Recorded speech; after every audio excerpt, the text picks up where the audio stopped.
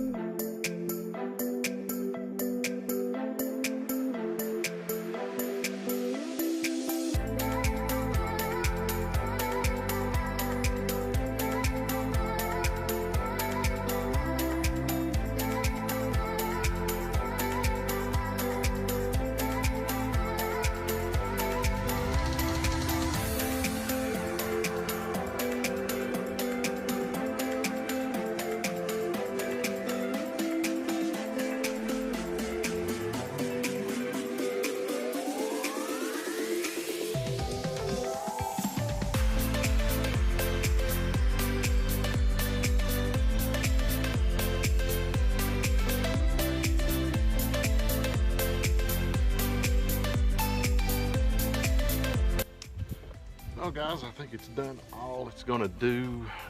We wound up having a little over 9.5 inches. Where was the foot of snow?